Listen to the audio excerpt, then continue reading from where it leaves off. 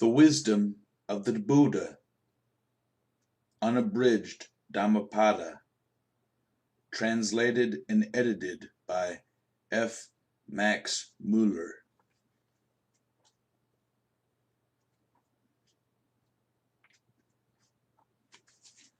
Chapter 1. The Twin Verses. All that we are is the result of what we have thought. It is founded on our thoughts. It is made up of our thoughts. If a man speaks or acts with an evil thought, pain follows him, as the wheel follows the foot of the ox that draws the carriage. All that we are is the result of what we have thought. It is founded on our thoughts. It is made up of our thoughts. If a man speaks or acts with a pure thought, happiness follows him, like a shadow that never leaves him. He abused me. He beat me. He defeated me. He robbed me. In those who harbor such thoughts, hatred will never cease. He abused me. He beat me. He defeated me. He robbed me. In those who do not harbor such thoughts, hatred will cease. For hatred does not cease by hatred at any time. Hatred ceases by love. This is an old rule. The world does not know that we must all come to an end here, but those who know it, their quarrels cease at once. He who lives looking for pleasures only, his senses uncontrolled, immoderate in his food, idle and weak, Mara, the tempter, will certainly overthrow him, as the wind throws down a weak tree. He who lives without looking for pleasures, his senses will controlled, moderate in his food, faithful and strong.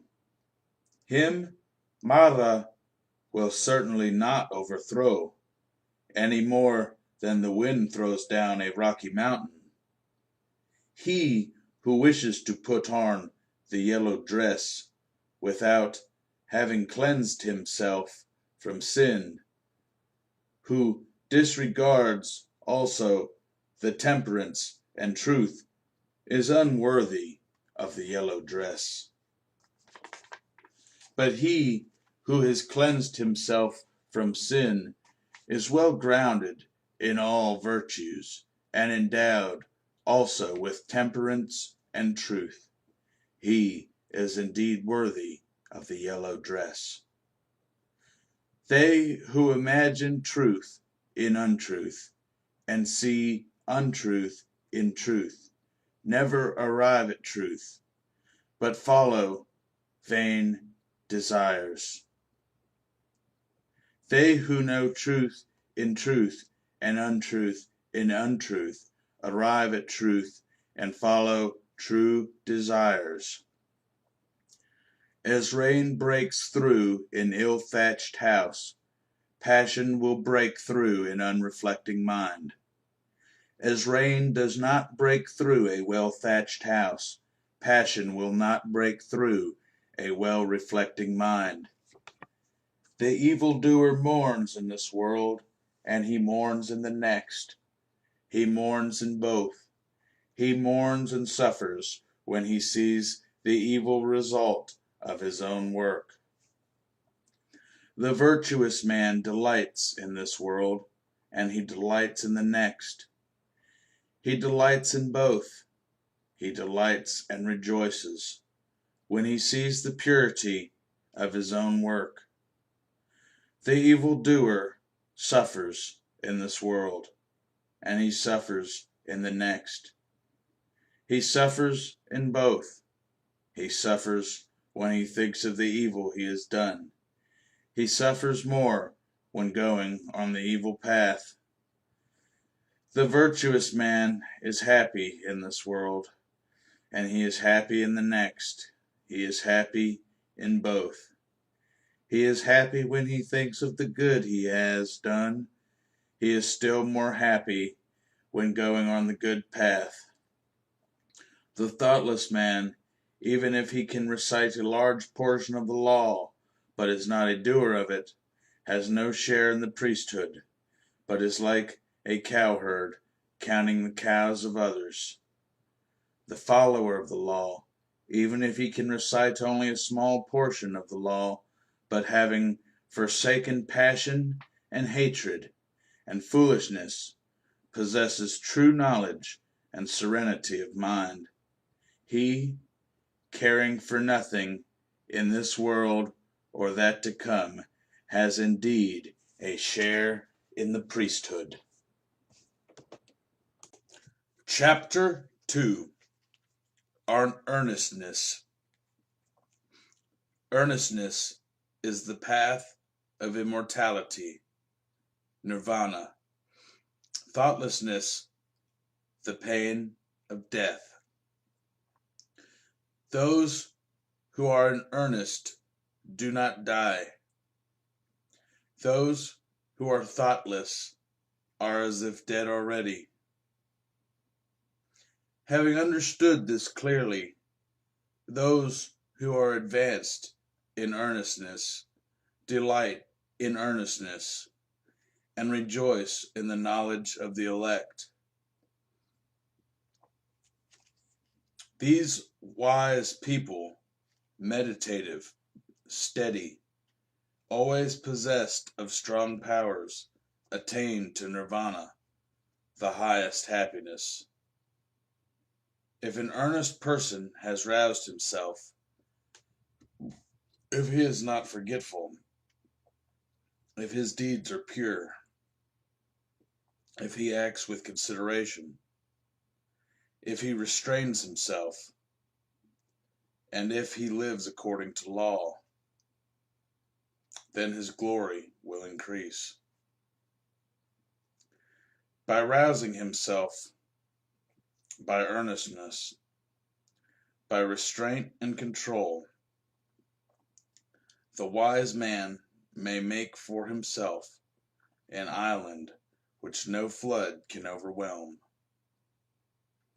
Fools may follow after vanity. The wise man keeps earnestness as his best jewel. Follow not after vanity, nor after the enjoyment of love and lust. He who is earnest and meditative obtains ample joy. When the learned man drives away vanity by earnestness, he, the wise, climbing the terraced heights of wisdom, looks down upon the fools, free from sorrow. He looks upon the sorrowing crowd as one that stands on a mountain looks down upon them that stand upon the plains.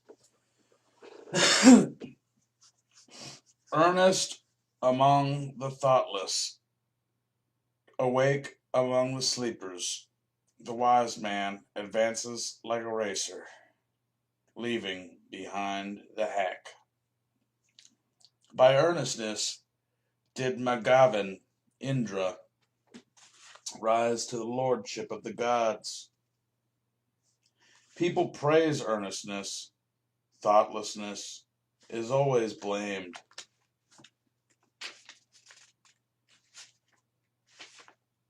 A Bhishku mendicant who delights in earnestness, who looks with fear on thoughtlessness, moves about like fire, burning all his fetters, small or large. A Bhishku mendicant who delights in reflection, who looks with fear on thoughtlessness, cannot fall away from his perfect state. he is close upon nirvana. Chapter 3. Thought. As a fletcher makes straight his arrow, a wise man makes straight his trembling and unsteady thought, which is difficult to guard, difficult to hold back. As a fish taken from his watery home and thrown onto the dry ground, our thought trembles all over in order to escape the dominion of Mara, the tempter. It is good to tame the mind, which is difficult to hold in, and flighty, rushing wherever it listeth. A tamed mind brings happiness. Let the wise man guard his thoughts, for they are difficult to perceive, very artful, and they rush wherever they list.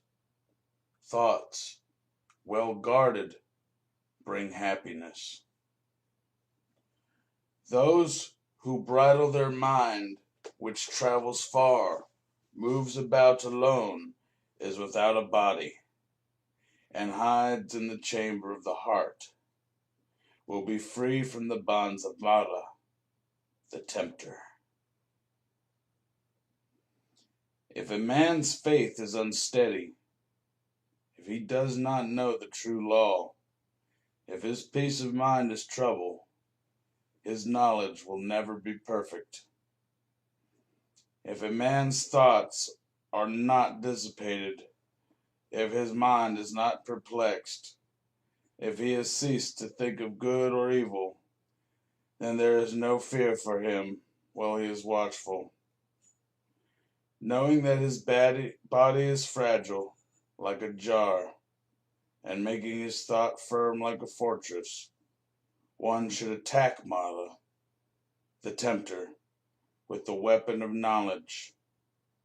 One should watch him when conquered, and should never rest. Before long, alas, this body will lie on the earth, despised, without understanding, like a useless log. Whatever a hater may do to a hater, or an enemy to an enemy, a wrongly directed mind will do him greater mischief. Not a mother, not a father, will do so much, nor any other relatives. A well-directed mind will do us greater service. Chapter 4. Flowers. Who shall overcome this earth and the world of Yama, the Lord of the departed, and the world of the gods? Who shall find out the plainly shown path of virtue, as a clever man finds the right flower? The disciple will overcome the earth, and the world of Yama, and the world of the gods. The disciple will find out the plainly shown path of virtue, as a clever man finds the right flower. He who knows that his body is like froth, and has learnt that it is as unsubstantial as a mirage, will break the flower-pointed arrow of Mara, and never again see the king of death. Death carries off a man who is gathering flowers, and whose mind is distracted, as a flood carries off a sleeping village. Death subdues a man who is gathering flowers, and whose mind is distracted before he is satiated in his pleasures. As the bee collects nectar and departs without injuring the flower, or its color or scent. So let a sage dwell in his village. Not the perversities of others, not the sins of commission or omission, but his own misdeeds and negligencies should a sage take notice of. Like a beautiful flower, full of color, but without scent, are the fine but fruitless words of him who does not act accordingly. But, like a beautiful flower, full of color and full of scent, are the fine and fruitful words of him who acts accordingly. As many kinds of wreaths can be made from a heap of flowers, so many good things may be achieved by a mortal when once he is born. The scent of flowers does not travel against the wind, nor that of sandalwood or of tagara and malika flowers, but the odor of good people travels even against the wind. A good man pervades every place. Sandalwood or tagara, a lotus flower, or a vasiki. Among these sorts of perfumes, the perfume of virtue is unsurpassed. Mean is the scent that comes from tagara and sandalwood, the perfume of those who possess virtue rises up to the gods as the highest. Of the people who possess these virtues, who live without thoughtlessness, and who are emancipated through true knowledge, Mala, the tempter, never finds the way. As on a heap of rubbish cast upon the highway, the lily will grow full of sweet perfume and delight. Thus, among those who are mere rubbish, the disciple of the truly enlightened Buddha shines forth by his knowledge above the blinded worldling. Chapter 5. The Fool. Long is the night to him who is awake. Long is a mile to him who is tired. Long is the life to the foolish who do not know the true law. If a traveler does not meet with one who is his bitter or his equal, let him firmly keep to his solitary journey. There is no companionship with a fool. These sons belong to me, and this wealth belongs to me. With such thoughts is a fool tormented. He himself does not belong to himself. How much less sons and wealth? The fool who knows his foolishness is wise, at least so far. But a fool who thinks himself wise, he is called a fool indeed. If a fool be associated with a wise man, even all his life, he will perceive the truth as little as a spoon perceives the taste of soup. If an intelligent man be associated for 1 minute only with a wise man, he will perceive the truth as the tongue perceives the taste of soup. Fools of poor understanding have themselves their greatest enemies, for they do evil deeds which bear bitter fruits. That deed is not well done, of which a man must repent, and the reward of which he receives gladly and cheerfully. As long as the evil deed done does not bear fruit, the fool thinks it is like honey, but when it ripens, the fool suffers grief. Let a fool, month after month, eat his food like an ascetic, with the tip of a blade of kusa grass. Yet is he not worth the 16th particle of those who have well weighed the law? An evil deed, like newly drawn milk, does not turn suddenly, smoldering like fire, covered by ashes. It follows the fool.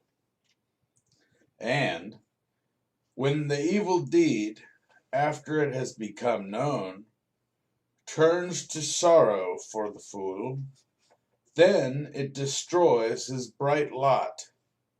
Nay, it cleaves his head. Let the fool wish for a false reputation, for precedence among the bhikkhus, for lordship in the convents, for worship among other people. May both the layman and he who has left the world think that this is done by me. May they be subject to me in everything which is to be done or is not to be done. Thus is the mind of the fool, and his desire and pride increase. One is the road that leads to wealth, another the road that leads to nirvana. If the bhikkhu, the disciple of Buddha, has learnt this, he will not yearn for honor. He will strive after separation from the world.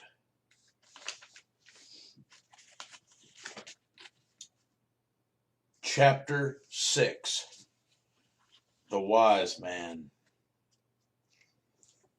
If you see a man who shows you what is to be avoided, who administers reproofs, and is intelligent, follow that wise man as you would one who tells of hidden treasures.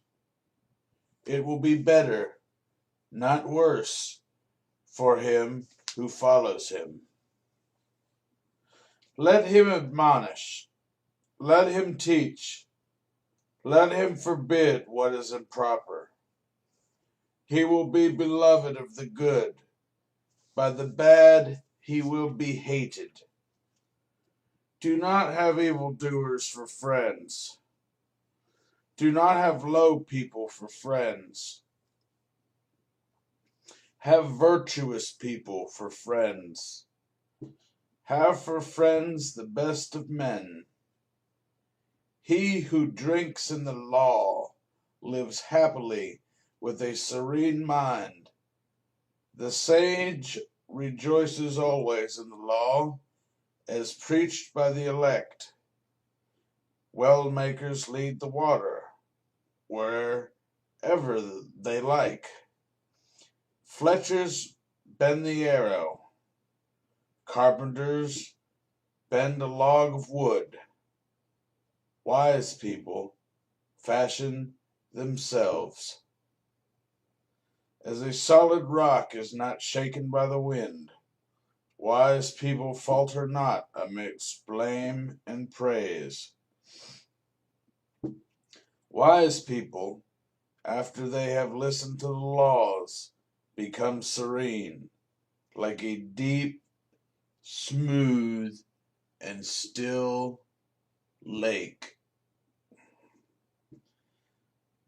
Good men indeed walk warily under all circumstances. Good men speak not out of desire for sensual gratification, whether touched by happiness or sorrow. Wise people never appear elated or depressed.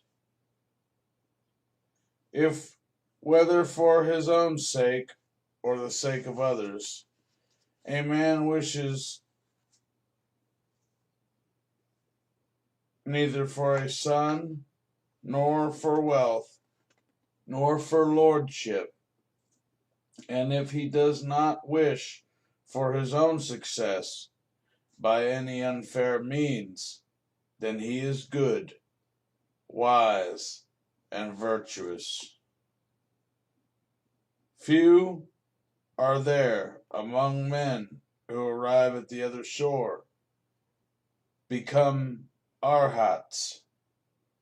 The other people here run up and down the shore, but those who, when the law has been well preached to them, follow the law, will pass over the dominion of death, however difficult to cross. A wise man should leave the dark state of ordinary life and follow the bright state of the bhikkhu. After going from his home to a homeless state, he should, in his retirement, look for enjoyment where enjoyment seemed difficult, leaving all pleasures behind and calling nothing his own. The wise man should purge himself of all the troubles of the mind. Those whose mind is well grounded in the 7 elements of knowledge, who, without clinging to anything, rejoice in freedom from attachment, whose appetites have been conquered, and who are full of light. They are free, even in this world. Break. If you enjoy this book, please click the subscribe button below and offer suggestions for new books. End break. Chapter 7. The Venerable. There is no suffering for him who has finished his journey and abandoned grief, who has freed himself on all sides and thrown off all fetters. They exert themselves with their thoughts well collected. They do not tarry in their abode, like swans who have left their lake. They leave their house and their home. Men who have no riches, who live on recognized food, who have perceived void and unconditioned freedom, nirvana. Their path is difficult to understand, like that of birds in the air. He whose appetites are stilled, who is not absorbed in enjoyment, who has perceived void and unconditioned freedom in nirvana, his path is difficult to understand, like that of the birds of the air.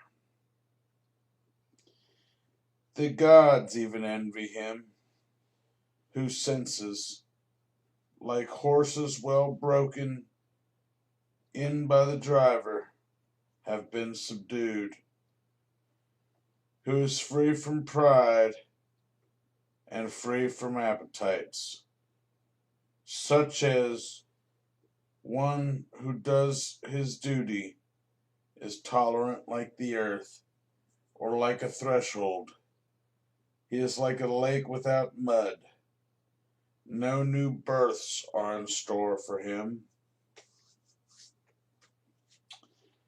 His thought is quiet. Quiet are his words and deeds. When he has obtained freedom by true knowledge, when he has thus become a quiet man,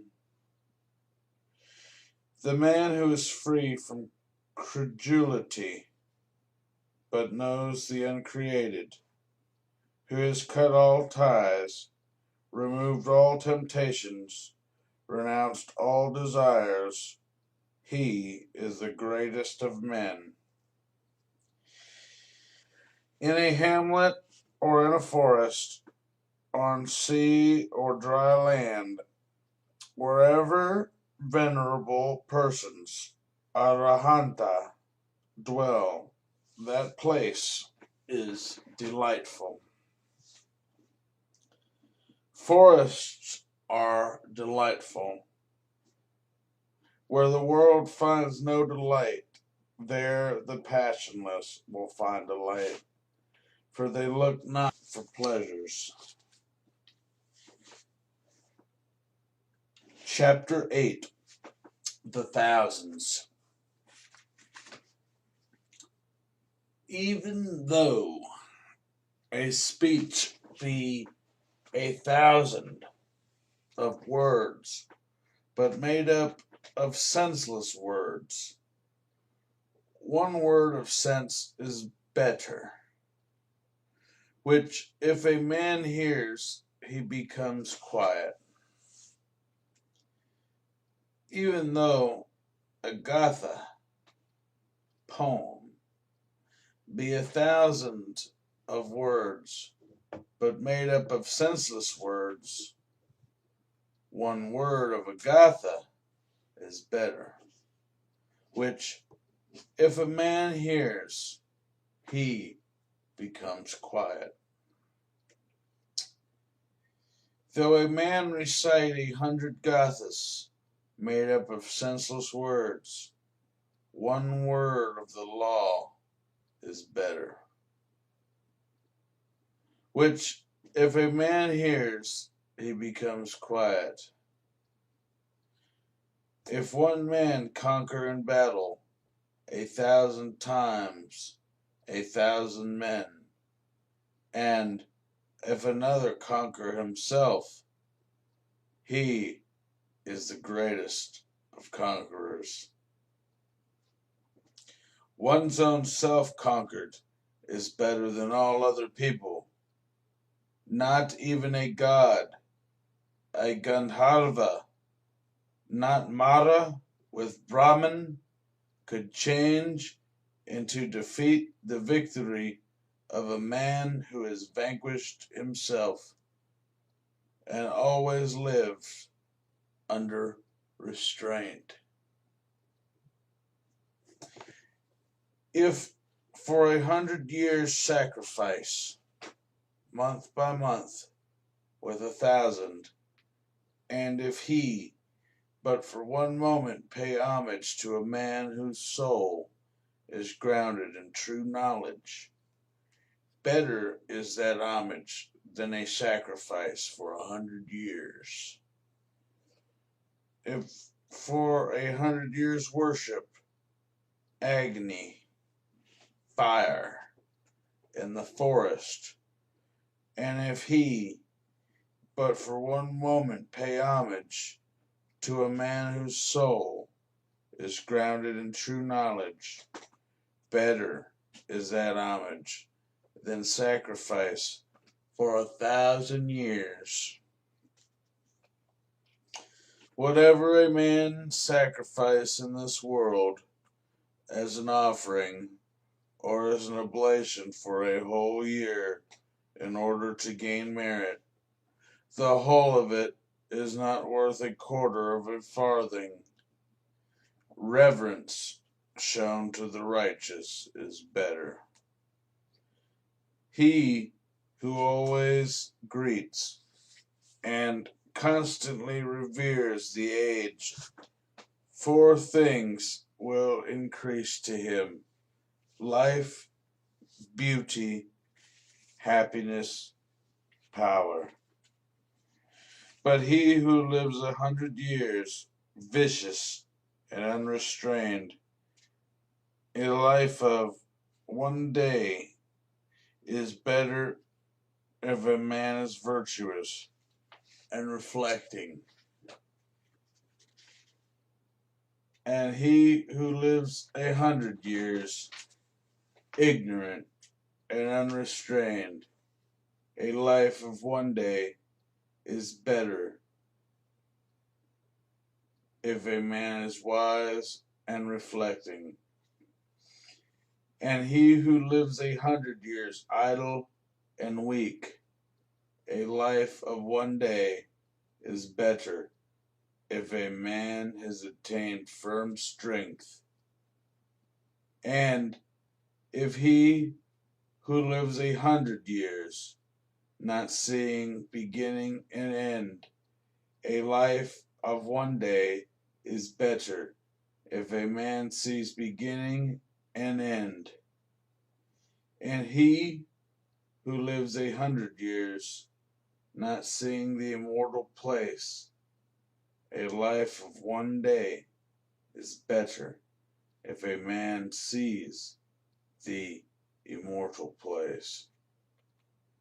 And he who lives 100 years, not seeing the highest law, a life of one day, is better if a man sees the highest law. Chapter 9. Evil. A man should hasten towards the good and should keep his thoughts away from evil. If a man does what is good slothfully, his mind delights in evil. If a man commits a sin, let him not do it again. Let him not delight in sin. The accumulation of evil is painful.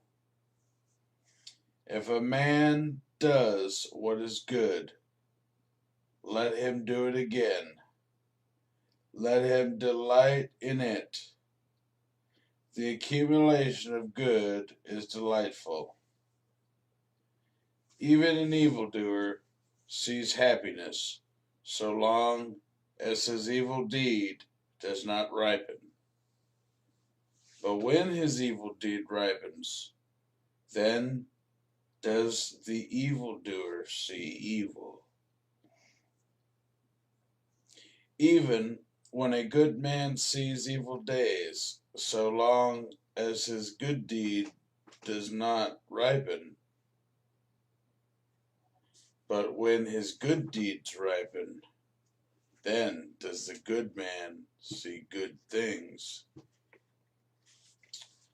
Let no man think lightly of evil, saying in his heart, "It will not come nigh unto me." Even by the falling of water drops is a water pot filled. The fool becomes full of evil, even if he gather it little by little. Let no man think lightly of good, saying in his heart, "It will not come nigh unto me." Even by the falling of water drops, a water pot is filled. The wise man becomes full of good, even if he gather it little by little. Let a man avoid evil deeds as a merchant. If he has few companions and carries much wealth, avoids a dangerous road, as a man who loves and life avoids poison. He who has no wound on his hand may touch poison with his hand. Poison does not affect one who has no wound, nor is there evil for one who does not commit evil. If a man offend a harmless, pure, and innocent person, the evil falls back upon that fool, like light dust thrown up against the wind. Some people are born again. Evildoers go to hell. Righteous people go to heaven. Those who are free from all worldly desires attain nirvana. Not in the sky, not in the midst of the sea, not if we enter into the clefts of the mountains. Is there a known spot in the whole world where a man might be freed from an evil deed? Not in the sky, not in the midst of the sea, not if we enter into the clefts of the mountain, is there known a spot in the whole world where death could not overcome the mortal. Chapter 10. Punishment. All men tremble at punishment. All men fear death. Remember that you are like unto them, and do not kill nor cause slaughter. All men tremble at punishment. All men love life. Remember that thou art like unto them, and do not kill nor cause slaughter. He who, seeking his own happiness, punishes or kills beings who also long for happiness, will not find happiness after death. He who, seeking his own happiness, does not punish or kill beings who also long for happiness, will find happiness after death. Do not speak harshly to anyone. Those who are spoken to will answer thee in the same way. Angry speech is painful. Blows for blows will touch thee. If, like a shattered metal plate, gong, thou utter nothing, then thou hast reached nirvana. Anger is not known to thee. As a cowherd with his staff drives his cows into the stable, so do age and death drive the life of men. A fool does not know when he commits his evil deeds, but the wicked man burns by his own deeds, as if burnt by a fire. He who inflicts pain on innocent and harmless persons will soon come to one of these 10 states. He will have cruel suffering, loss, injury of the body, heavy affliction, or loss of mind, a misfortune coming from the king, or a fearful accusation, or loss of relations, or destruction of treasures. Lightning, fire will burn his houses, and when his body is destroyed, the fool will go to hell.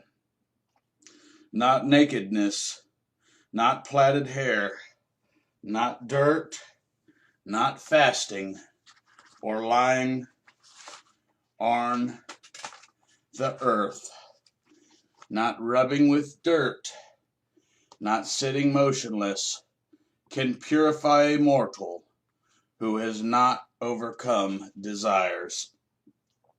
He who, though dressed in fine apparel, exercises tranquility, is quiet, subdued, restrained, chaste, and has ceased to find fault with all other beings. He is indeed a Brahmana, an ascetic Sramana, a friar Bhikkhu. Is there in this world any man so restrained by shame that he does not provoke reproof, as the noble horse, the whip? Like a noble horse when touched by the whip, be ye strenuous and eager, and by faith, by virtue, by energy, by meditation, by discernment of the law, you will overcome this great pain, perfect in knowledge and in behavior, and never forgetful. Well makers lead the water wherever they like. Fletchers bend the arrow. Carpenters bend a log of wood. But good people fashion themselves. Chapter 11. Old Age. How is their laughter? How is their joy? As this world is always burning. Do you not seek a light, ye who are surrounded by darkness?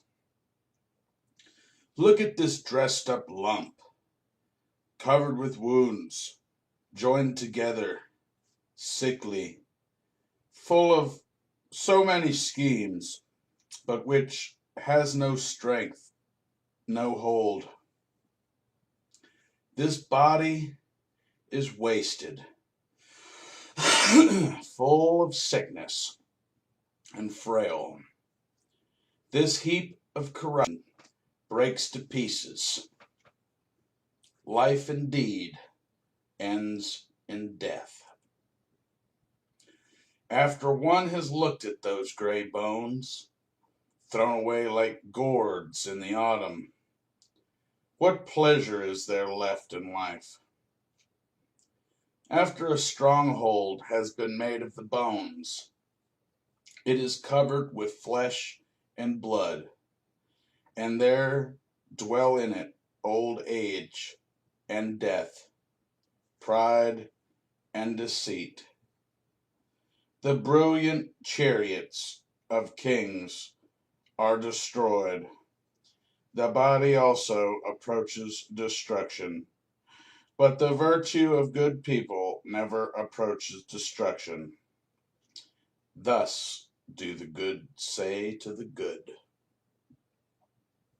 A man who hasn't learned little grows like an ox. His flesh grows, but his knowledge does not grow. Looking for the maker of this tabernacle, I have run through a course of many births, not finding him, and painful is birth again and again.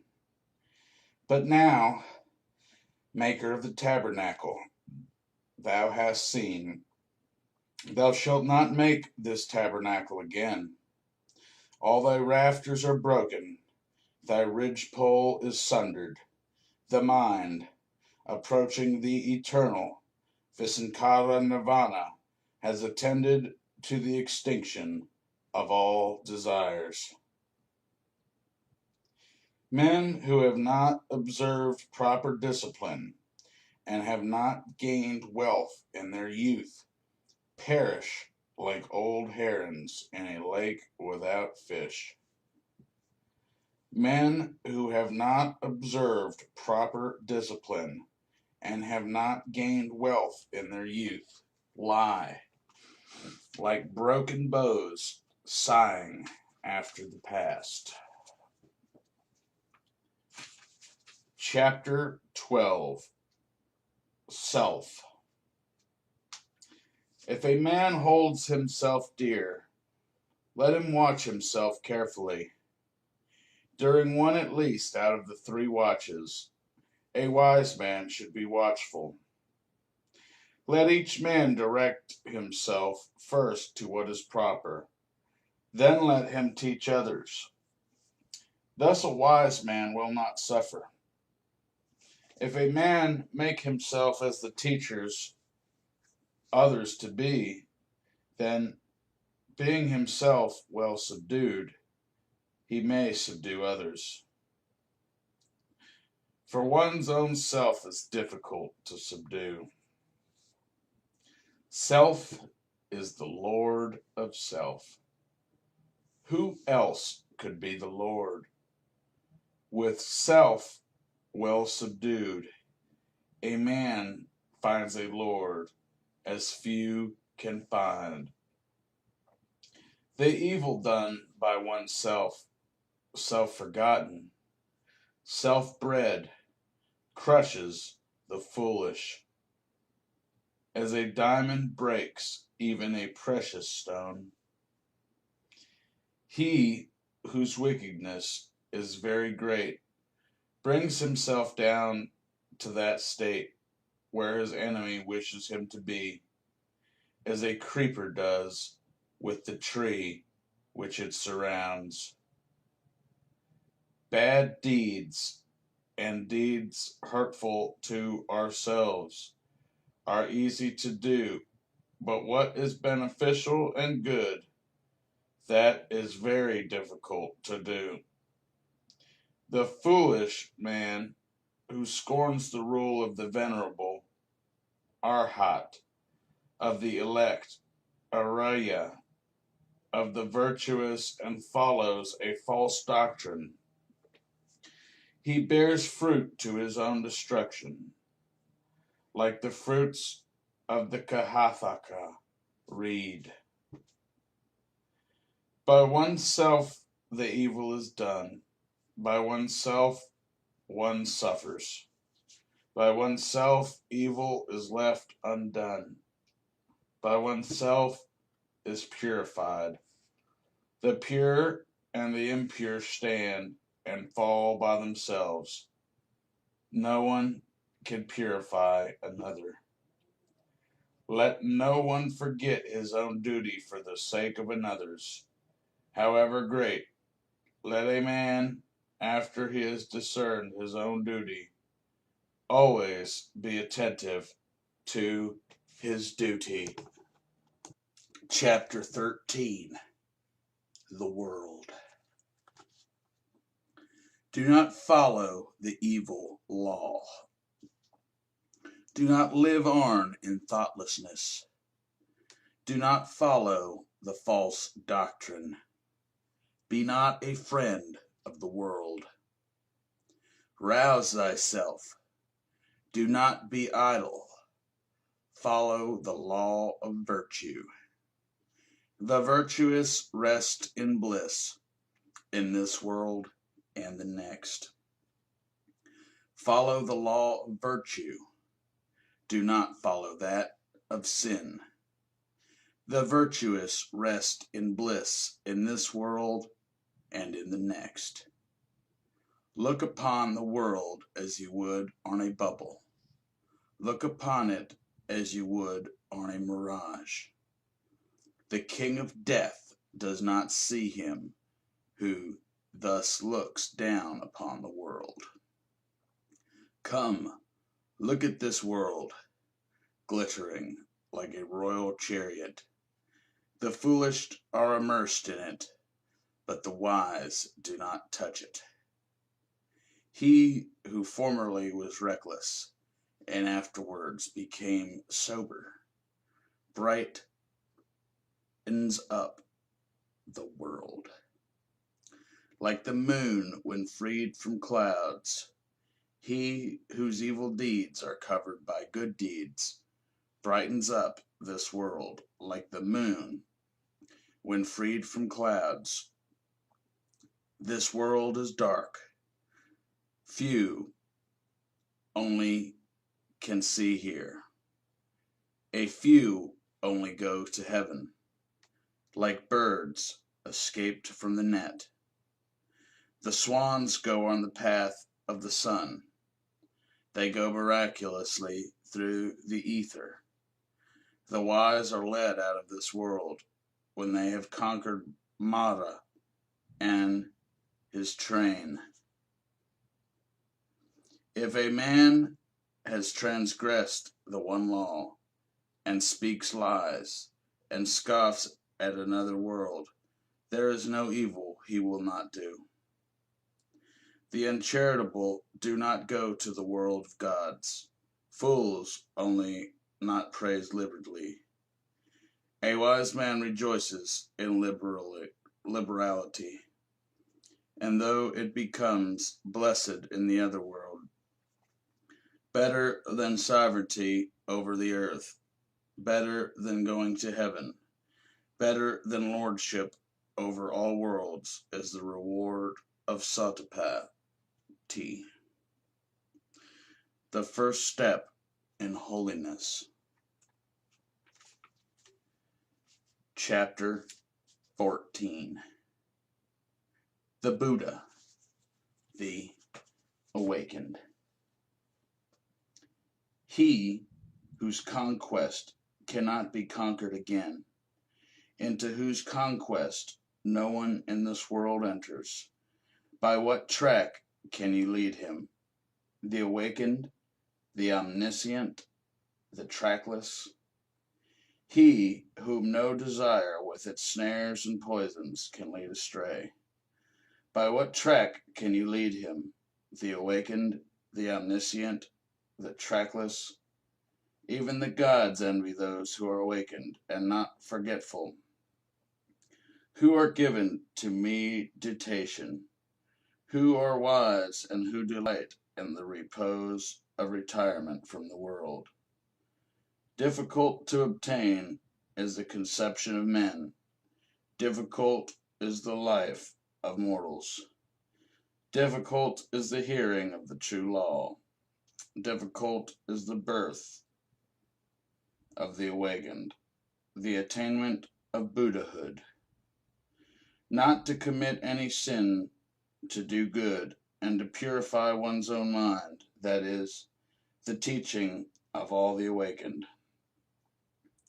The awakened call patience the highest penance, long-suffering the highest nirvana, for he is not an anchorite, pravagata, who strikes others. He is not an ascetic, stramana, who assaults others. Not to blame, not to strike, to live restrained under the law, to be moderate in eating, to sleep, to sit alone, and to dwell on the highest thoughts. This is the teaching of the awakened. There is no satisfying lusts, even by a shower of gold pieces. He who knows that lusts have a short taste and cause pain, he is wise. Even in heavenly pleasures, he finds no satisfaction. The disciple who is fully awakened delights only in the destruction of all desires. Men driven by fear go to many a refuge, to mountains and forests, to groves and sacred trees. But that is not a safe refuge. That is not the best refuge. A man is not delivered from all pains after having gone to that refuge. He who takes refuge with Buddha, the law, and the church, he, with clear understanding, sees the four holy truths: pain, the origin of pain, the destruction of pain, and the eightfold holy way that leads to the quieting of pain. That is the safe refuge. That is the best refuge. Having gone to that refuge, a man is delivered from all pain. A supernatural person, a Buddha, is not easily found. He is not born everywhere. Wherever such a sage is born, that race prospers. Happy is the arising of the awakened. Happy is the teaching of the true law. Happy is peace in the church. Happy is the devotion of those who are at peace. He who pays homage to those who deserve homage, whether be awakened, Buddha, or their disciples, those who have overcome the host of evils and crossed the flood of sorrow, he who pays homage to such as have found deliverance and know no fear, his merit can never be measured by anyone. Chapter 15, Happiness. We live happily indeed, not hating those who hate us. Among men who hate us, we dwell free from hatred. We live happily indeed, free from ailments among the ailing. Among men who are ailing, let us dwell free from ailments. We live happily indeed, free from greed among the greedy. Among men who are greedy, let us dwell free from greed. We live happily indeed, though we call nothing our own. We shall be like the bright gods, feeding on happiness. Victory breeds hatred, for the conquered is unhappy. He who has given up both victory and defeat, he, the contented, is happy. There is no pain like this body. There is no happiness higher than rest. Hunger is the worst of diseases. The elements of the body, the greatest evil. If one knows this truly, that is nirvana, the highest happiness, the best of relationships. Nirvana, the highest happiness. He who has tasted the sweetness of solitude and tranquility is free from fear and free from sin, while he tastes the sweetness of drinking in the law. The sight of the elect, Ariya, is good. To live with them is happy, always happy. If a man does not see fools, he will be truly happy. He who walks in the company of fools suffers a long way. Company with fools, as with an enemy, is always painful.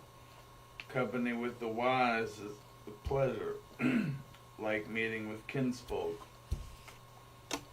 Therefore, one ought to follow the wise, the intelligent, the learned, the much enduring, the dutiful, the elect, they ought to follow.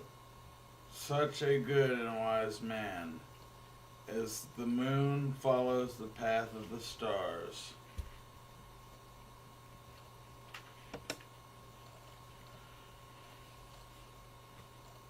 Chapter 16, Pleasure. He who gives himself to vanity and does not give himself to meditation, forgetting the real aim of grasping at pleasure, will in time envy him who exerted himself in meditation. Let no man ever cling to what is pleasant or to what is unpleasant. Not to see what is pleasant is pain, and it is pain to see what is unpleasant. Therefore, let no man love anything. Loss the beloved is evil. Those who love nothing and hate nothing have no fetters. From pleasure comes grief. From pleasure comes fear. He who is free from pleasure knows neither grief nor fear. From affection comes grief. From affection comes fear. He who is free from affection knows neither grief nor fear. From lust comes grief. From lust comes fear. He who is free from lust knows neither grief nor fear. From love comes grief. From love comes fear. He who is free from love knows neither grief nor fear. From greed comes grief. From greed comes fear. He who is free from greed knows neither grief nor fear.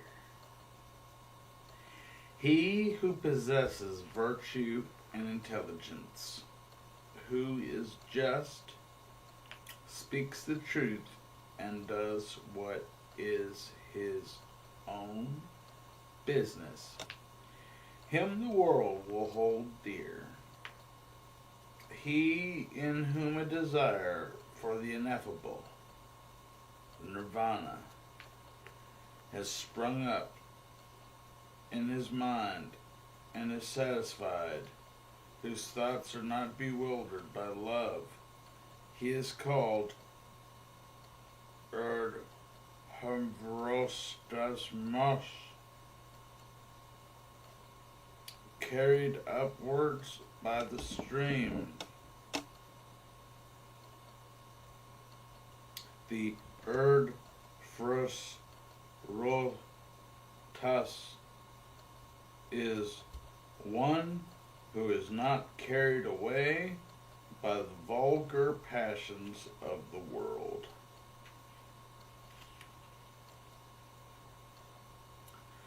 Kinsmen, friends, and lovers, salute a man who has been long away and returned safe from afar. In like manner, his good works receive him who has done good and has gone from the world to the other, as kinsmen receive a friend on his return.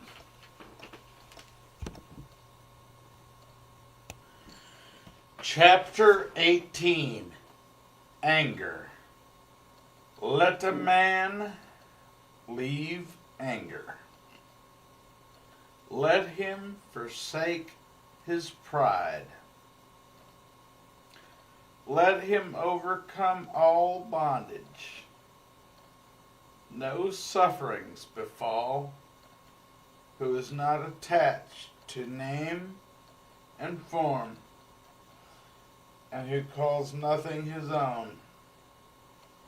He who holds back rising anger like a rolling chariot, him I call a real driver. Other people are but holding reins. Let a man overcome anger by love. Let him overcome evil by good. Let him overcome the greedy by liberality, the liar by truth.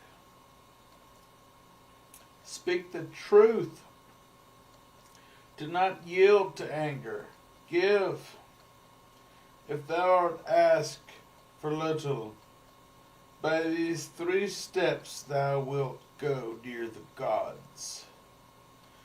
The sages who injure nobody, who always control their body, they will go to the unchangeable place, nirvana, where If they gone, they will suffer no more. Those who are ever watchful, who study day and night, and who strive after nirvana, their passions will come to an end. This is an old saying. Oh, Atula, this is not as if of today. They blame him who sits silent. They blame him who speaks much. They also blame him who says little. There is no one on earth who is not blamed. There never was, there never will be, nor there is now a man who is always blamed, or a man who is always praised. But he whom those discriminate praise continually, day after day, without blemish, wise, rich in knowledge and virtue, who would dare to blame him? Like a coin made of gold from the Gambu River, even the gods praise him. He is praised even by Brahman. Beware of bodily anger, and control thy body. Leave the sins of the body, and thy body practice virtue. Beware of the anger of the tongue, and control thy tongue. Leave the sins of the tongue, and practice virtue with thy tongue. Beware of the anger of the mind, and control thy mind. Leave the sins of the mind, and practice virtue with thy mind. The wise, who control their body, who control their tongue, the wise, who control their mind, are indeed well controlled. Chapter 18. Impurity. Thou art now like a sear leaf. The messengers of death, Yama, have come near to thee. Thou standest at the door of thy departure, and thou hast no provision for thy journey. Make thyself an island. Work hard, be wise. When thy impurities are blown away, and thou art free from guilt, thou wilt enter into the heavenly world of the elect, Ariya. Thy life has come to an end. Thou art come near to death, Yama. There is no resting place for thee on the road, and thou hast no provision for the journey. Make thyself an island. Work hard, be wise. When thy impurities are blown away, and thou art free from guilt, thou wilt not enter again into birth and decay. Let a wise man blow off the impurities of himself, as a smith blows off the impurities of silver, one by one, little by little, and from time to time, as the impurity which springs from the iron, when it springs from it, destroys it. Thus do a transgressor's own works lead him to the evil path. The taint of prayers is non-repetition. The taint of houses, non-repair. The taint of complexion is sloth. The taint of a watchman, thoughtlessness. Bad conduct is the taint of woman. niggardliness, the taint of a benefactor. Tainted are all evil ways this world and in the next. But there is a taint worse than all taints. Ignorance is the greatest taint. Oh, mendicants, throw off that taint and become taintless. Life is easy for a man who is without shame, a crow hero, a mischief maker, an insulting, bold, and wretched fellow. But life is hard to live for the modest man, who always looks for what is pure, who is disinterested, quiet, spotless, and intelligent. He who destroys life, who speaks untruth, who in the world takes what is not given him, who goes to another man's wife, and the man who gives himself to drinking intoxicating liquors, he, even in this world, digs up his own root. O man, know this, that the unrestrained are in a bad state. Take care that greediness and vice do not bring thee to grief for a long time. The world that gives according to their faith or according to their pleasure. If a man frets about the food and the drink given to others, he will find no rest either by day or by night. If in whom that feeling is destroyed and taken out, with the very root, finds rest day by day, night by night. There is no fire like passion. There is no shark like hatred. There is no snare like folly. There is no torrent like greed. The fault of the others is easily perceived, but that of oneself is difficult to perceive.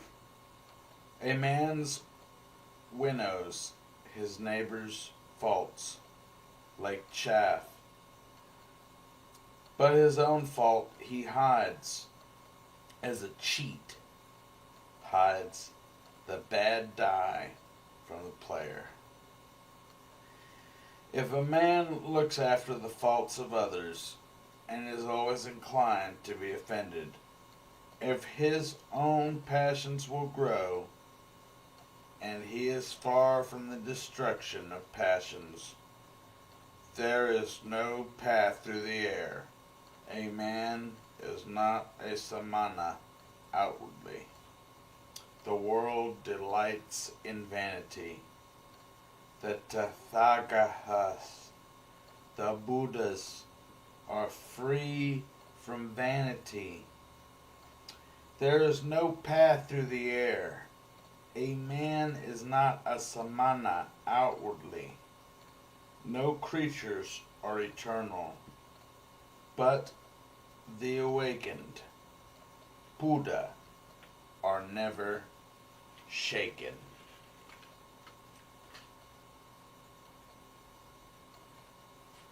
Chapter 19. The Just. A man is not just if he carries a matter by violence. No, he who distinguishes both right and wrong, who is learned and guides others, not by violence, but the same law, Being a guardian of the law and intelligent, he is called just. Man is learned because he talks much. He who is patient, free from hatred and fear, is called learned. Man is not a supporter of the law because he talks much, even if a man has learnt little, but sees the law boldly. He is a supporter of the law. A man who never neglects the law. A man is not an elder because his head is gray. His age may be ripe, but he is called old in vain. He in whom there is truth, virtue, pity, restraint, moderation. He who is free from impurity and is wise. He is called an elder. An envious, stingy, dishonest man does not become respectable by means of much talking only by the beauty of his complexion. He in whom all this is destroyed and taken out with the very root of he, when freed from hatred, he is called respectable. Not by tonsure does an undisciplined man who speaks falsehood become samana. Can a man be samana who is still held captive by desire and greediness? He who always quiets the evil, whether small or large, he is called a samana, a quiet man, because he has quieted all evil. A man is not a mendicant, a bhikkhù, simply because he asks others for alms. He who adapts the whole law is a bhikkhù. Not he only who begs. He who is above good and evil, who is chaste, who with care passes through the world, he is indeed called a bhikkhù. A man is not a muni because he observes silence, if he is foolish and ignorant, but the wise who, as with the balance, chooses the good and avoids evil, he is a muni. He who in this world weighs both sides is called a muni.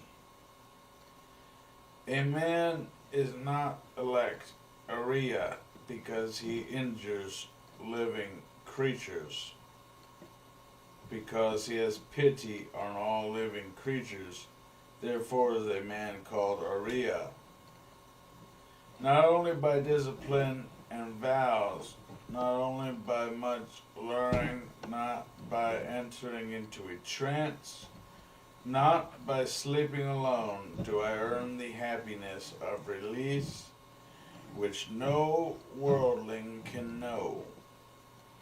O bhikkhù, he who has obtained the extinction of desires, obtained confidence. Chapter 20. The Way.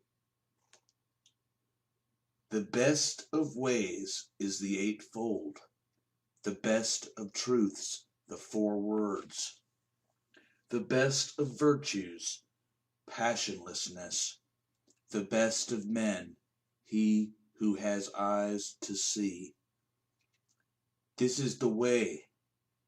There is no other that leads to the purifying of intelligence. go on this path.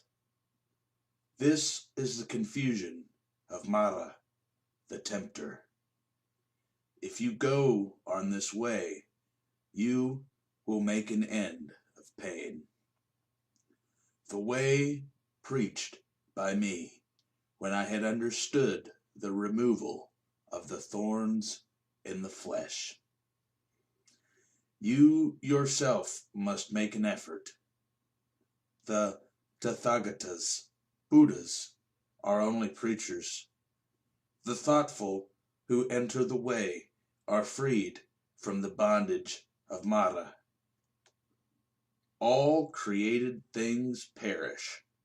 He who knows and sees this becomes passive in pain. This is the way to purity.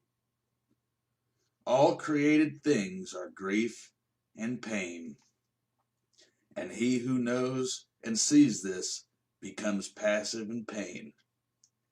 This is the way that leads to purity.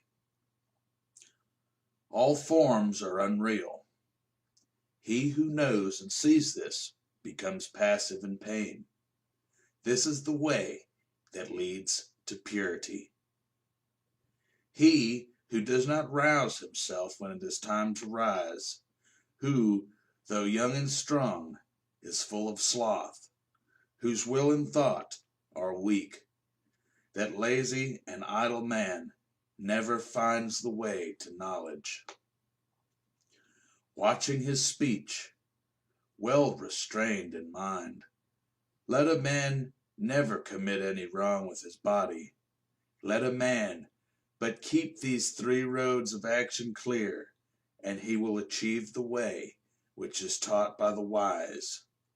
Through zeal knowledge is gained.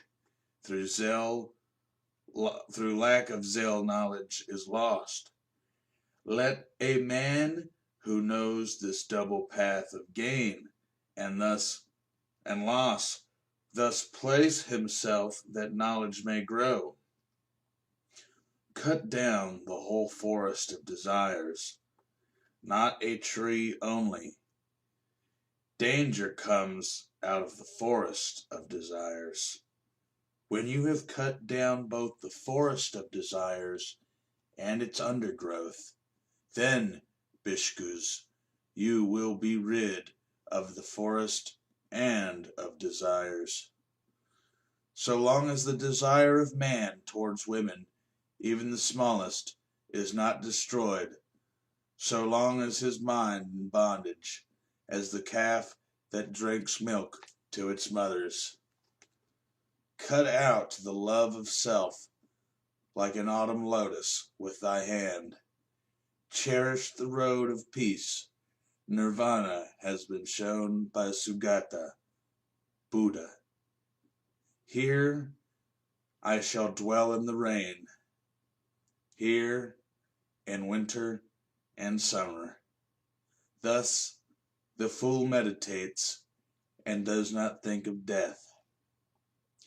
Death comes and carries off that man, honored for his children and flocks, his mind distracted, as a flood carries off a sleeping village. Sons are no help, nor a father, nor relations. There is no help from kinsfolk, for one whom death has seized. A wise and well-behaved man who knows the meaning of this should quickly clear the way that leads to nirvana. Chapter 21, Miscellaneous. If by leaving a small pleasure one sees a great pleasure, let a wise man leave the small pleasure and look to the great. He who, by causing pain to others, wishes to obtain pleasure for himself, he, entangled in the bonds of hatred, will never be free from the hatred. What ought to be done is neglected. What ought not to be done is done.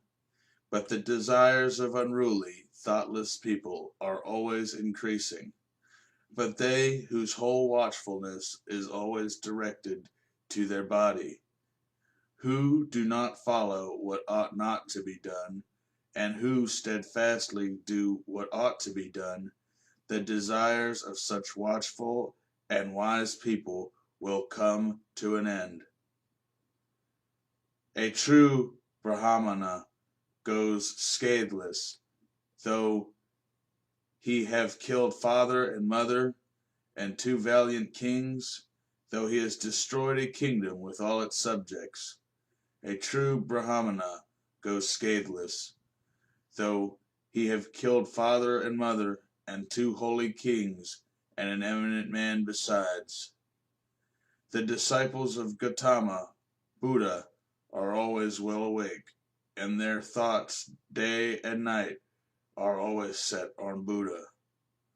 The disciples of Gautama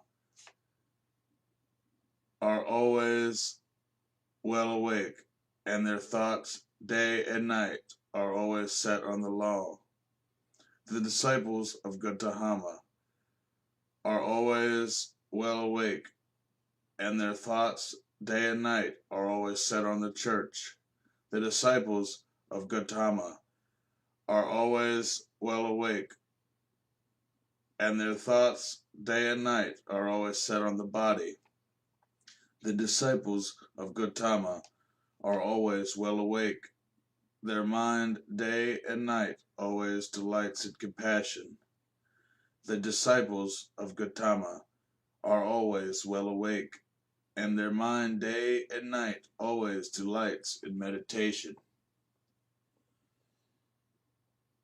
It is hard to leave the world to become a friar.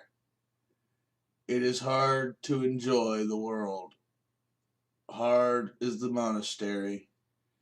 Painful are the houses. Painful it is to dwell with equals, to share everything in common, and the itinerant mendicant is beset with pain. Therefore, let no man be an itinerant mendicant, and he will not be beset with pain. A man full of faith, if endowed with virtue and glory, is respected, whatever place he may choose. Good people shine from afar, like the snowy mountains. Bad people are not seen, like arrows shot by night. Sitting alone, lying down alone, walking alone, without ceasing, and alone subduing himself. Let a man be happy near the edge of a forest. Chapter 22. The Downward Course. He who says what is not goes to hell. He also who, having done a thing, says, I have not done it. After death, both are equal. They are men with evil deeds in the next world. Many men whose shoulders are covered with the yellow gown are ill-conditioned and unrestrained, such as evildoers by their evil deeds go to hell. Better it would be to swallow a heated iron ball, like flaring fire, than that a bad, unrestrained fellow should live on the charity of the land. 4 things does a reckless man who covets his neighbor's wife: demerit, an uncomfortable bed; thirdly, punishment; and lastly, hell. There is demerit and the evil way to hell. There is the short pleasure of the frightened in the arms of the frightened, and the king imposes heavy punishment.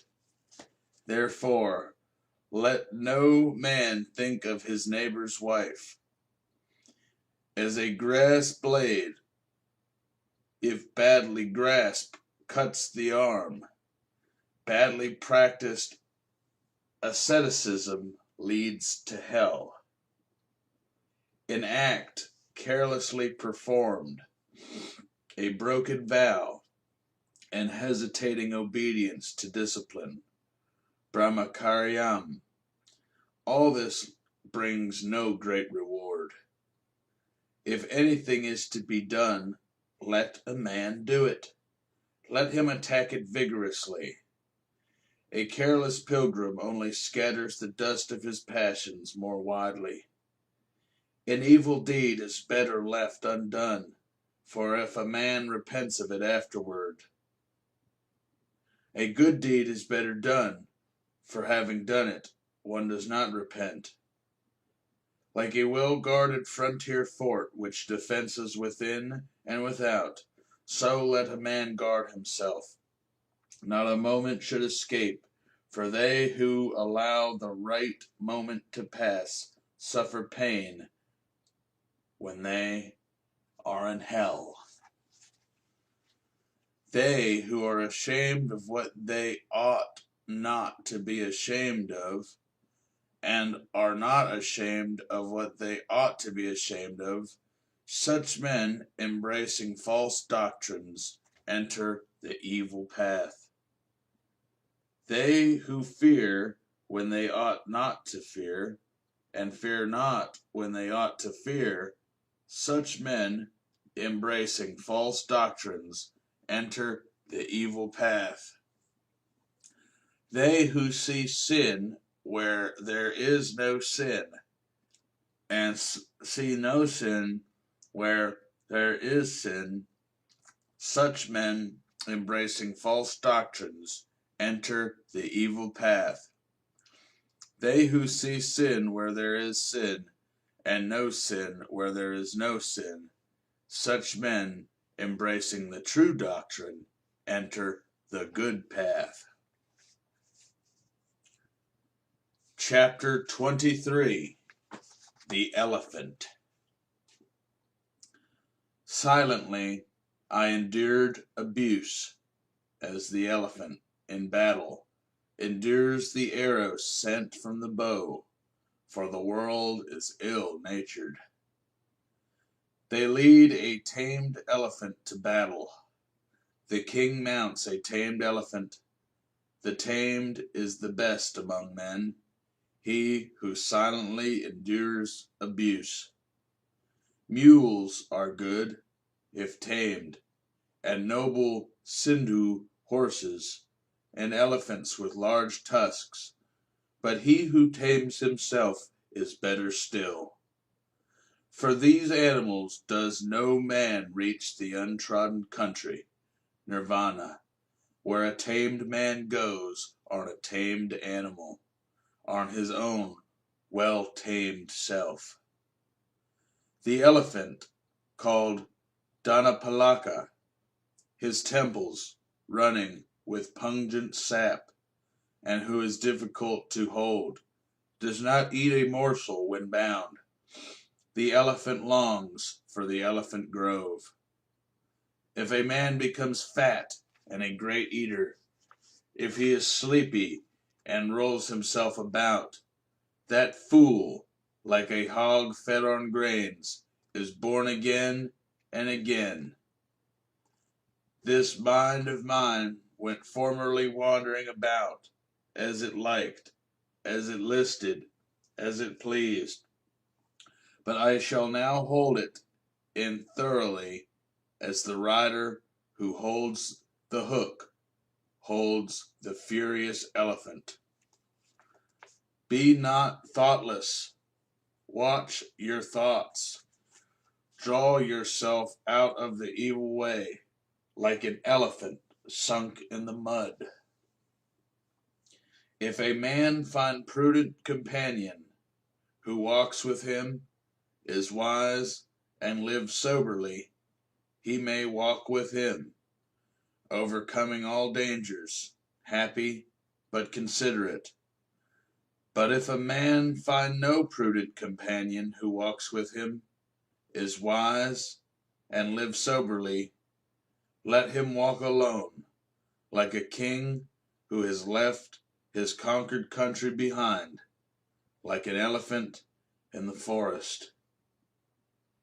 It is better to live alone. There is no companionship with a fool. Let a man walk alone. Let him commit no sin, with few wishes, like an elephant in the forest. If the occasion arises, friends are pleasant, enjoyment is pleasant. Whatever be the cause, a good work is pleasant in the hour of death. The giving up of all grief is pleasant. Pleasant in the world is the state of a mother, pleasant the state of a father, pleasant the state of a samana, pleasant the state of a brahmana. Pleasant is virtue lasting to old age. Pleasant is faith firmly rooted. Pleasant is attainment of intelligence. Pleasant is avoiding of sins.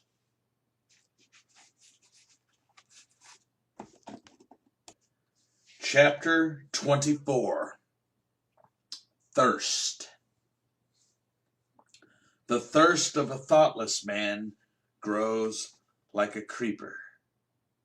He runs from life to life like a monkey seeking fruit in the forest. Whomsoever this fierce poisonous thirst overcomes, in this world his sufferings increase like the abounding banana grass. But from him who overcomes this fierce thirst, difficult to be conquered in this world, sufferings fall off like water drops from a lotus leaf. This salutary word I tell you, do ye, as many as are here assembled, dig up the root of thirst, as he who wants the sweet-scented usira root must dig up the banana grass, that Mara, the tempter, may not crush you again and again, as the stream crushes the reeds. As a tree, even though it has been cut down, is firm so long as its root is safe and grows again. Thus, unless the feeders of thirst are destroyed, this pain of life will return again and again. He whose 36 streams are strongly flowing in the channels of pleasure, the waves, his desires, which are set on passion, will carry away that misguided man. The channels run everywhere. The creeper of passion stands sprouting. If you see the creeper springing up, cut its root by means of knowledge. A creature's pleasures are extravagant and luxurious. Given up to pleasure and deriving happiness, men undergo again and again birth and decay. Beset with lust, men run about like a snared hare, held in fetters and bonds. They undergo pain for a long time, again and again. Beset with lust, men run about like a snared hare. Let therefore the mendicant drive out thirst by striving after passionlessness for himself. He who, having got rid of the forest of lust, after having reached nirvana, gives himself over to forest life, to lust, and who, when free from the forest, from lust, runs to the forest, to lust. Look at that man. Though free, he runs into bondage. Wise people do not call that a strong fetter which is made of iron wood or hemp, Passionately strong is the care for precious stones and rings for sons and a wife. That fetter wise people call strong, which drags down, yields, but is difficult to undo. After having cut this at last, people leave the world free from cares, and leaving the pleasures of love behind.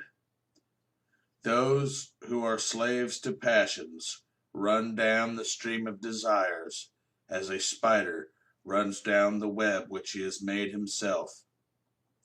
When they have cut this at last, wise people go onwards, free from cares, leaving all pain behind. Give up what is before. Give up what is behind. Give up what is between. When thou goest to the other shore of existence, if thy mind is altogether free, thou wilt not enter again into birth and decay. If a man is tossed about by doubts, full of strong passions, and yearning only for what is delightful, his thirst will grow more and more, and he will indeed make his fetters strong.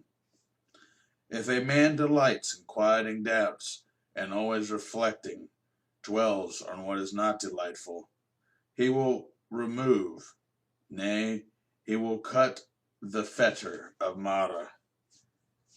He who has reached the consummation, who does not tremble, who is without thirst and without sin, he has broken all the thorns of life.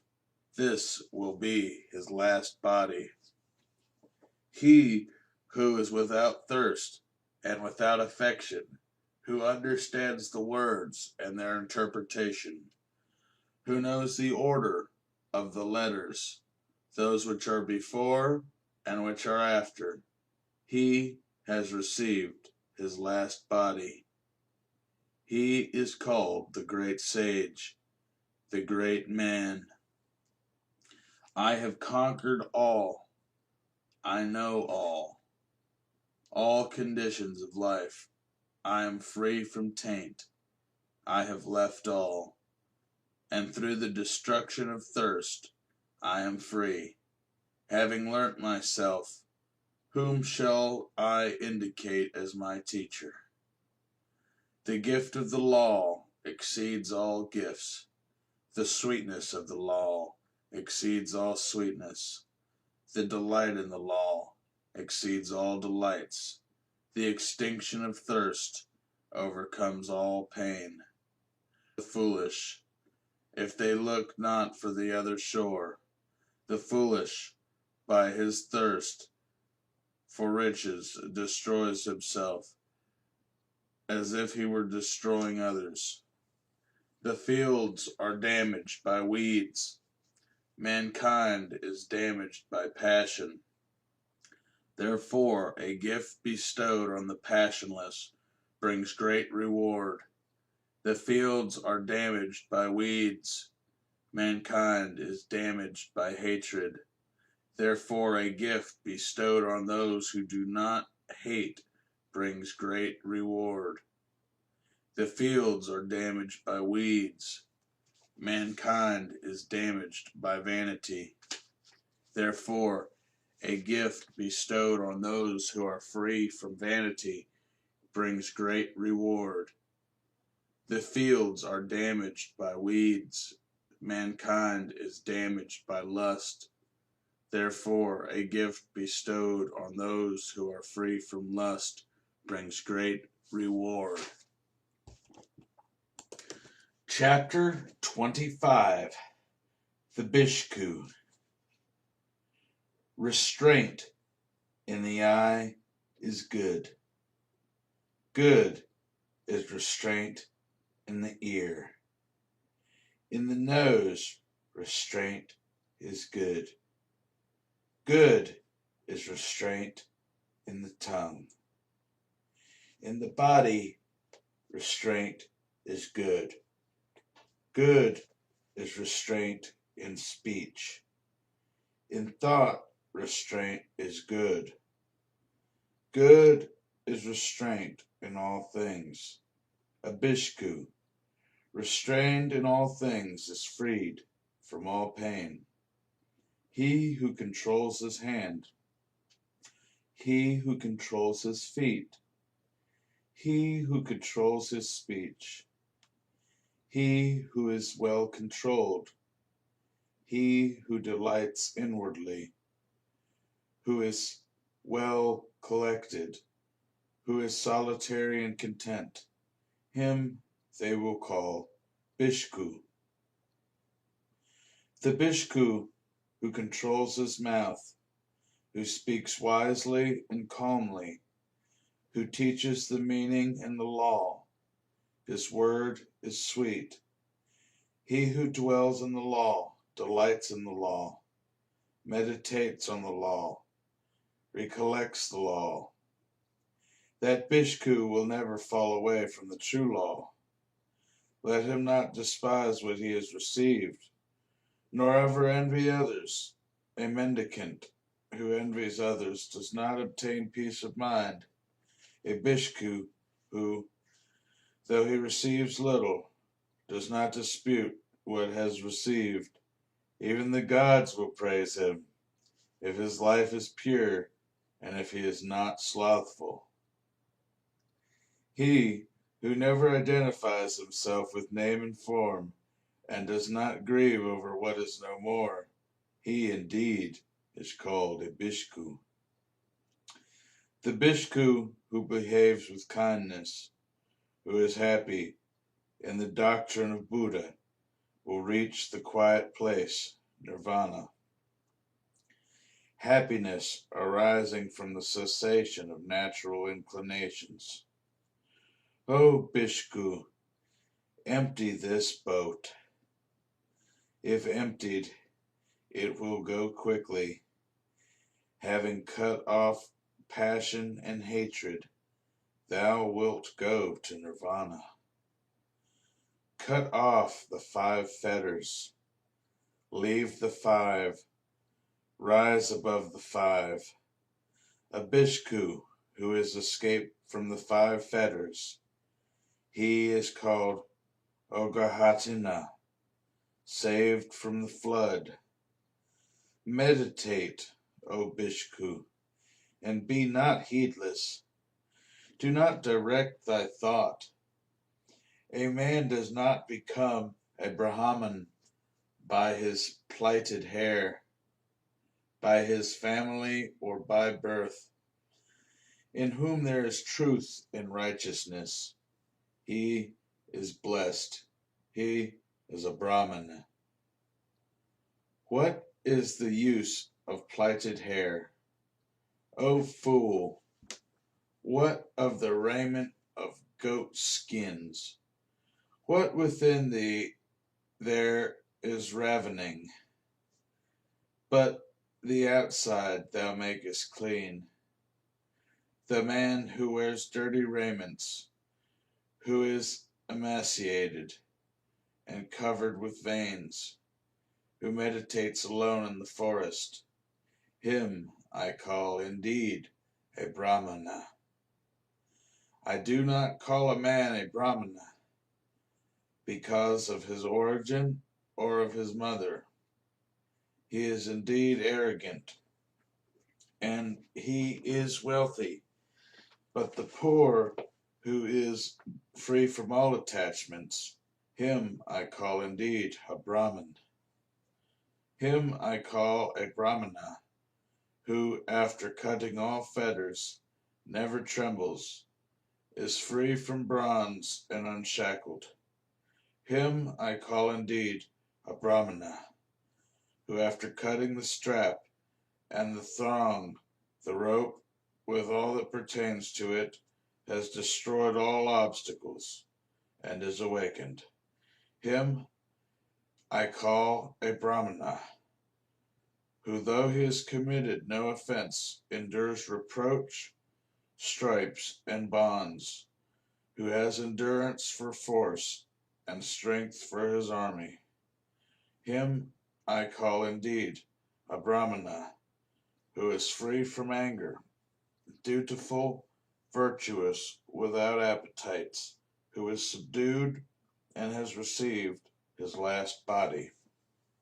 Him I call indeed a Brahmana, who does not cling to sensual pleasures, like water on a lotus leaf, like a mustard seed on the point of a needle.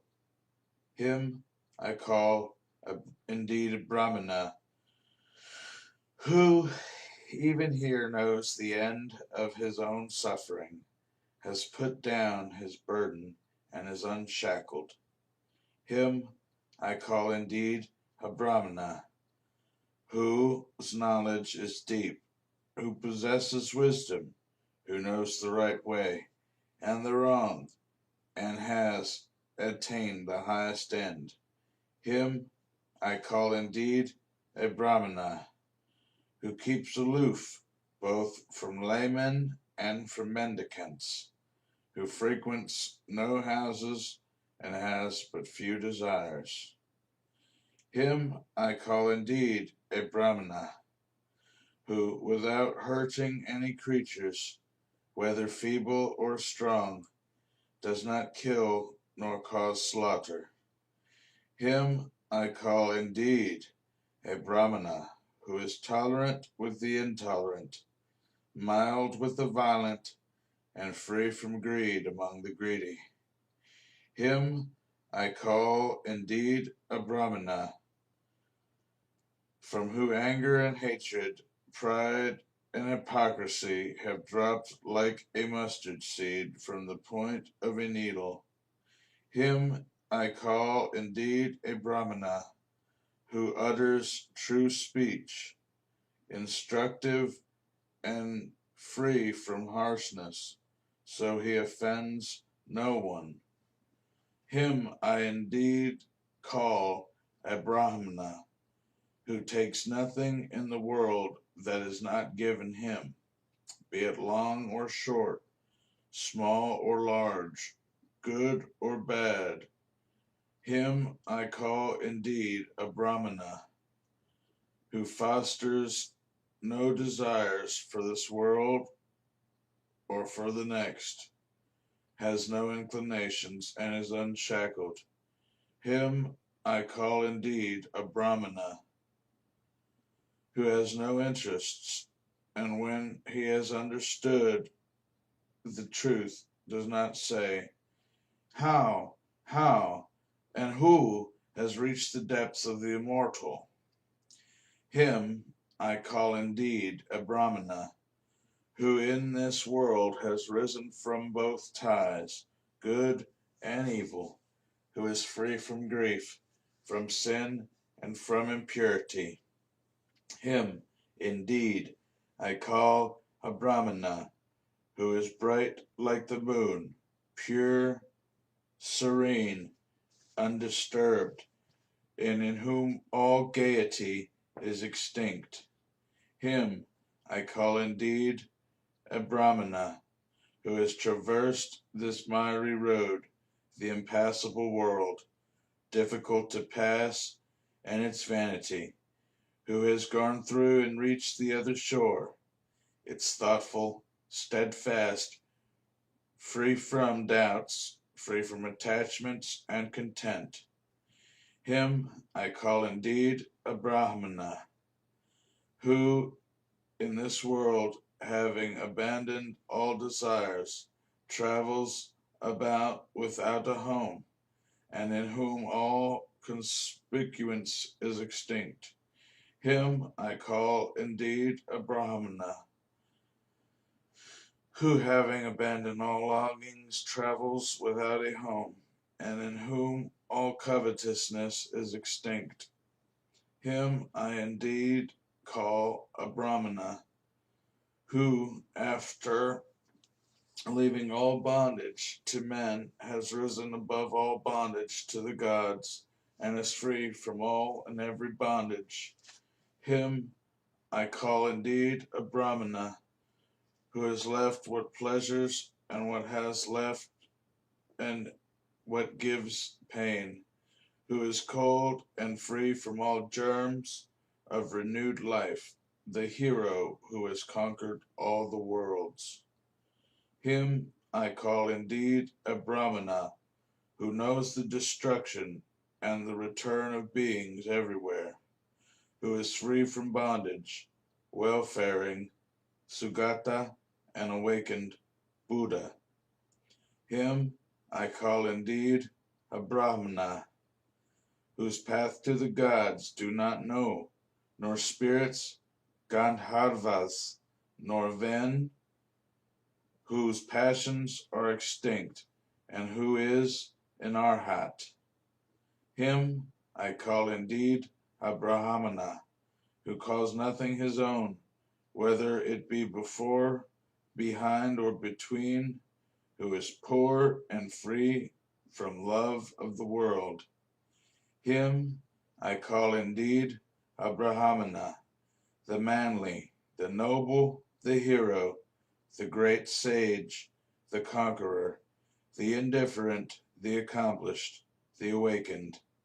Him I call indeed a Brahmana, who knows his former abodes, who sees heaven and hell, has reached the end of births, is perfect in knowledge, a sage, and whose perfections are all perfect.